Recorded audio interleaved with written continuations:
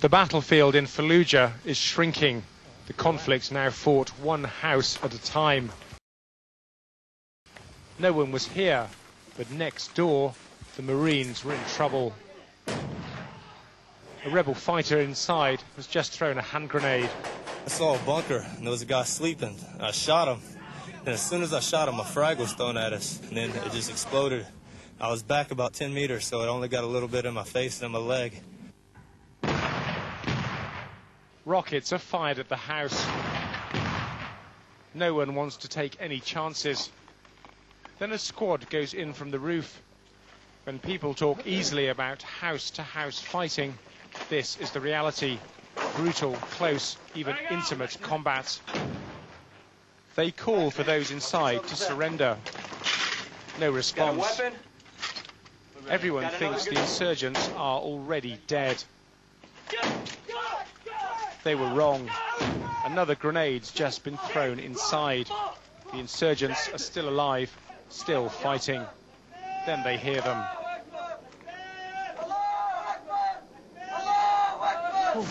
These might be desperate cries, but it could be a sign the house is booby-trapped. The Marines move quickly, but carefully, down through next door. The rocket-propelled grenade in the corner shows the insurgents have been here too. Then the whole squad makes a run for it, fearing the house is about to explode.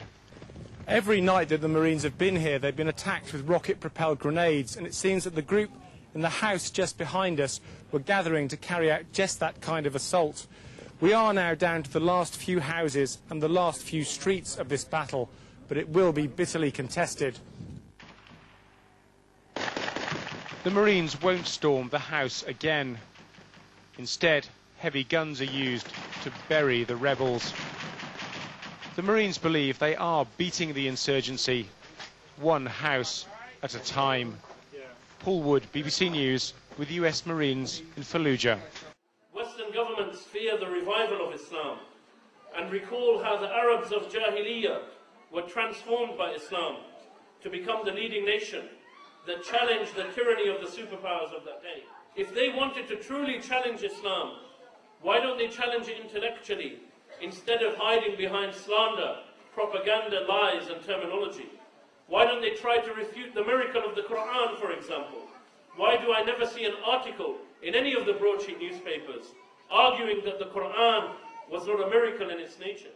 They are like the Quraysh, who could not refute it, and therefore resorted to propaganda and slander and boycott and all sorts of means and styles against the Prophet ﷺ and Islam. The reality of the matter, brothers and sisters, is that the terminology that has been adopted is being used to hide the truth of their colonial intentions. Those who stand up to colonialism, such as the brave Muslims of Iraq, are the terrorists, fanatics and insurgents, while those who sell their souls for a cheap price, like the dog Iyad Alawi, are held up as heroes. Their use of such terminology and their vicious campaign is a glad tiding for the Muslims, as it represents their defeat in convincing Muslims of their philosophy of life. They are scared to declare Islam as their enemy, as they realize they would never be able to convince the Muslims to abandon Islam for capitalism.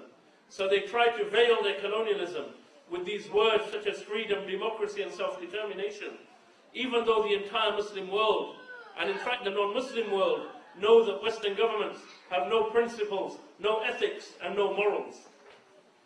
They have sold the war to their people as a war against tyranny or as a war against weapons of mass destruction, just so that the people of their countries can sleep at night knowing that the cause is noble.